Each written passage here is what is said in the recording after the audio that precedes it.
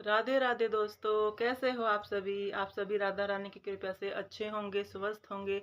और राधा रानी की कृपा आप लोगों पर हमेशा बरसती रहे और आपकी हर मनोकामना, हर इच्छा, आपके सपने पूरे करे राधा रानी। तो इसी के साथ आज की वीडियो को शुरू करते हैं। तो दोस्तों, टाइम ना बर्बाद करते हुए मैं जो मेन चीज़ें हैं वही आपको वीडियो में बताऊंगी। वीडियो को ज़्यादा लंबा नहीं करूंगी, तो वीडियो में बने रहिएगा। तो दोस्तों, इस बार जो एकादशी का व्रत है, जो देव उठनी एकादशी है, वो इस बार 1 और 2 अक्टूबर को है। तो सबसे पहले मैं आपको बता दूं कि जो इतवार को पड़ रही है, यानी कि संडे को जो एकादशी जो 2 तारीख पड़ रही है, उस दिन हमें व्रत नहीं रखना है। हमें शनिवार को ये देव उठनी एकादशी का व्रत रखना है।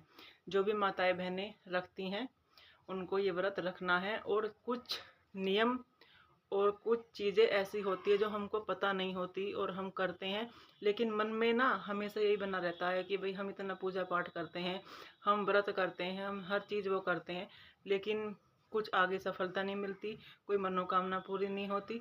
तो भैया कुछ ना कुछ ऐसी चीज़ें हमसे गलती हो जाती है जिसके कारण हमारा व्रत भी पूरा नहीं लगता और हमारा जो पूजा पाठ हम करते हैं उसका फल हमें नहीं मिलता। तो उसके लिए जो मैं आपको आज बता रही हूँ, अगर आप उन चीज़ों का ध्यान रखते हो तो आपको 100% रिजल्ट देखने को मिलेगा। और जो कि हमारी राधा रानी है, उनकी तो कृपा आप पर बरसती रहे, बस हम यही प्रार्थना करते हैं अपनी राधा रानी से। तो देखिए दोस्तों, इस दिन जो देवउठनी एकादशी है, जो कि 1 नवंबर को है, इस बार इस दिन आपको, जो भी आप मेरी माताएं बहनें व्रत रखती हैं, उनको कुछ चीज़ें हैं जिनका ध्यान रखना चाहिए। एक तो आपको इस दिन अपने बालों को नहीं धोना चाहिए, क्योंकि एकादशी के दिन बाल नहीं धोने चाहिए। ये अच्छा नहीं होता है बाल धोना। और दूसरी जो मैं आपको 5 चीज़ें बता रही हूँ, 5, इनको आपको बिल्कुल भी नहीं खाना है, इनका सेवन आपको बिल्कुल नहीं करना है। क्योंकि अगर आप इन चीज़ों का सेवन करते हो तो आपको आपके व्रत का फल बिल्कुल नहीं मिलेगा, आपका व्रत खंडित हो जाएगा। तो आपको इन 5 चीज़ों का सेवन बिल्कुल नहीं करना चाहिए। तो देखिए मेरी माता बहनों, जो भी इस वीडियो को देख रहा है सभी, कि जो 5 चीज़ें हैं, पहली, आपको इस दिन चावल ना ही तो बनाने चाहिए और ना ही आपको चावल का सेवन करना चाहिए। इस दिन एकादशी के दिन चावल नहीं बनाने चाहिए। दूसरा, इस दिन आपको बैंगन, खीरा, लौकी, इस तरह की जो सब्जियां ना, वो घर में बिल्कुल भी नहीं बनानी है। क्योंकि ये सब्जी जो होती हैं, थोड़ा या तीज त्योहार या कोई फल व्रत जो होता है, इन पर नहीं बनानी चाहिए। ठीक है। दूसरा, इस दिन आपको लहसुन और प्याज का उपयोग बिल्कुल भी अपने खाने में नहीं करना चाहिए। चौथा, इस दिन आपको खट्टा खट्टा या एक तरह से बोलो जो तीखा खट्टा दोनों मिक्स होते हैं, इस चीज़ का भी सेवन आपको बिल्कुल नहीं करना है।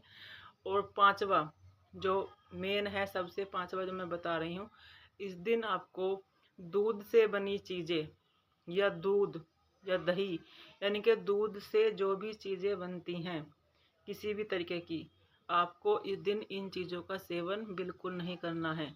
आप फल खा सकते हैं। फल में ना ही दूध होता है, ना ही दही होती है, ना ही खट्टे होते हैं, ना ही मीठे होते हैं। फल सिर्फ एक पौष्टिक आहार है। इस दिन आपको फल का सेवन ही करना चाहिए। तो दोस्तों, जो मैंने ये 5 चीज़ें बताई हैं, दोबारा रिपीट कर रही हूँ।